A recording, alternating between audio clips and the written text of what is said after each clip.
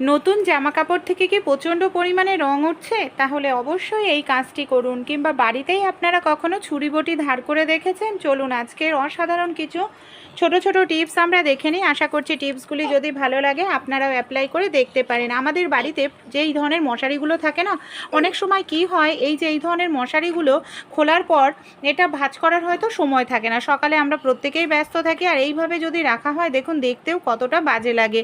তাই যদি আপনাদের হাতে সময় কম থাকে, আমাদের বাড়িতে যে পুরনো বালিশের কভার থাকে, বালিশের কভারের মধ্যে মশারিটাকে আপনারা ভরে এইভাবে রেখে দিন।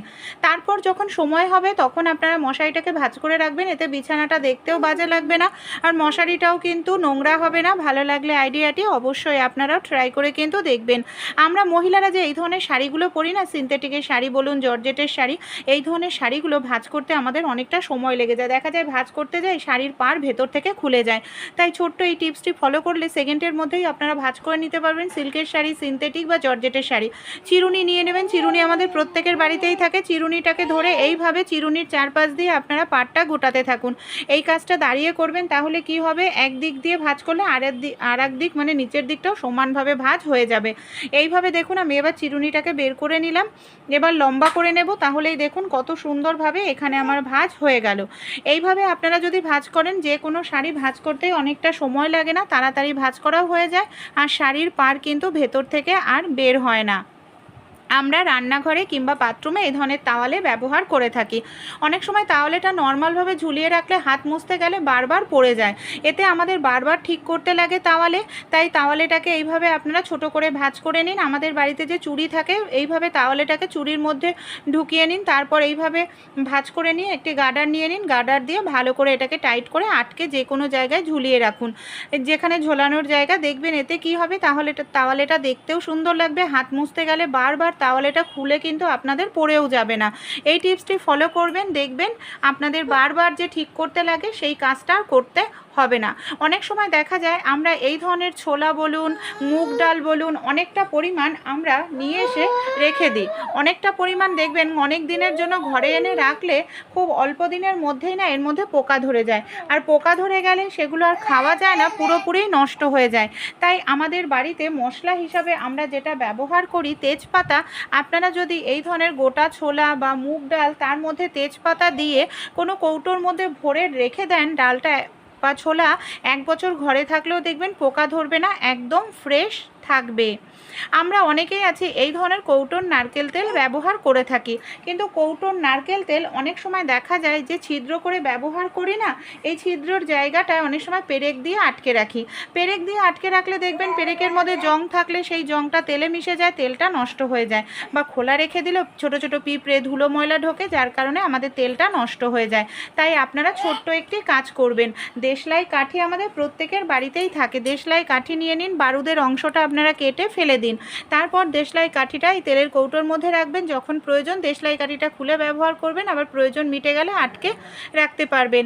ফুলঝাড়ু আমরা কম বেশি তো প্রত্যেকেই ব্যবহার করে থাকি। অনেক সময় কি হয়, আমরা যে ফুলঝাড়ু দিয়ে ঘর ঝাড় দিই, দেখা যায় যে নতুন অবস্থায় কিনে আনলে প্রচুর পরিমাণে এর মধ্যে ফুল থাকে, মানে ডাস্ট থাকে, যেটা দিয়ে ঘর ঝাড় দিলে ঘর আরও আমাদের পরিষ্কারের পরিবর্তে আরও বেশি নোংরা হয়ে যায়।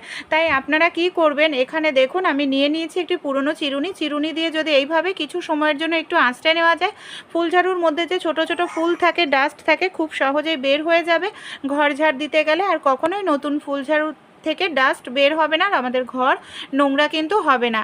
আমাদের বাড়িতে যে শুকনো লঙ্কা থাকে, অনেক সময় দেখা যায় আমরা শুকনো লঙ্কা গুঁড়ো করতে যাব, লঙ্কাটা নরম হয়ে গেছে।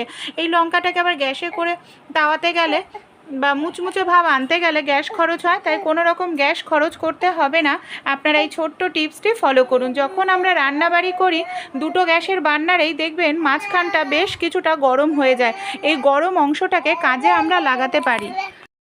দুটো গ্যাসের বার্নারে ঠিক মাঝখানে লঙ্কাটাকে আমরা এইভাবে 2-3 মিনিট রেখে দেব, তাহলে এই লঙ্কাটা একদম মুচমুচে হয়ে যাবে, গুঁড়ো ভালো হবে।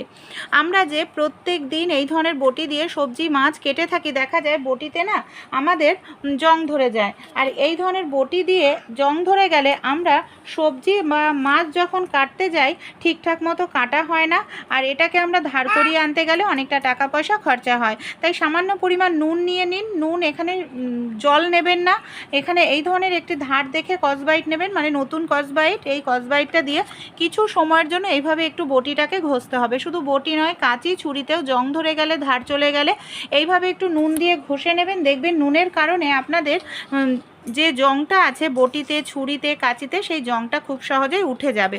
এখানে আমি বটিটাকে কিছু সময়ের জন্য ঘষে নিয়েছি। দেখুন জংটা কত সুন্দর আমার পরিষ্কার হয়ে উঠে গেছে। এখানে কিন্তু আমি একটা সাইড আপনাদের দেখালাম যে কতটা সুন্দর পরিষ্কার হয়েছে, পার্থক্য বোঝানোর জন্য। আর একটা সাইডে আমি এইভাবে প্রথমে ঘষে নেব, তারপর জল দিয়ে ধুয়ে নেব। এইভাবে আপনারাও মাসে একদিন বা 15 দিনে একদিন এই টিপসটি ফলো করুন। আপনাদের টাকা পয়সা খরচ করে কিন্তু আর ছুরি বটিতে ধার দেওয়ার প্রয়োজন পড়বে না। আমাদের বাড়িতে যে এই ধরনের পেনের ঢাকনা থাকে, আমরা পেনের কালি শেষ হলে ঢাকনাগুলোকে ফেলে দিই। পেনের ঢাকনা আপনারা ভুল করেও আর ফেলবেন না। আমাদের বাড়িতে যে পুরনো গেঞ্জি বা কাপড় দিয়ে আমরা ঘর মুছি, সেটা নিয়ে নিন, তার উপরে ওয়াইপার দিয়ে এইভাবে আটকে নিন। এখানে দেখুন গেঞ্জিটা যাতে ওয়াইপারের সঙ্গে আটকে থাকে, কোনোভাবেই খুলে না যায়, দু সাইডে আমি পেনের ঢাকনা দিয়ে এইভাবে লাগিয়ে দিলাম। এবার আমরা এটার সাহায্যে খুব সহজেই আমরা ঘর মুছে নিতে পারি।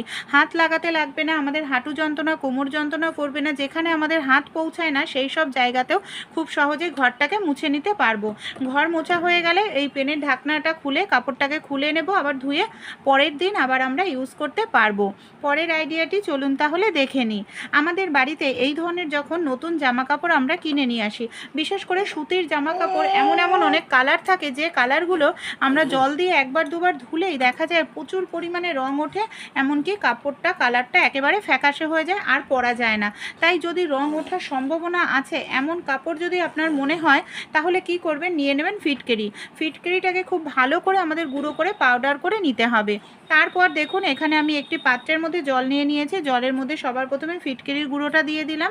তারপর এর মধ্যে আমি দিয়ে দিচ্ছি বেশ কিছুটা পরিমাণ নুন আর ফিটকিরিটাকে জলের সঙ্গে খুব ভালো করে এইভাবে মিশিয়ে নেব।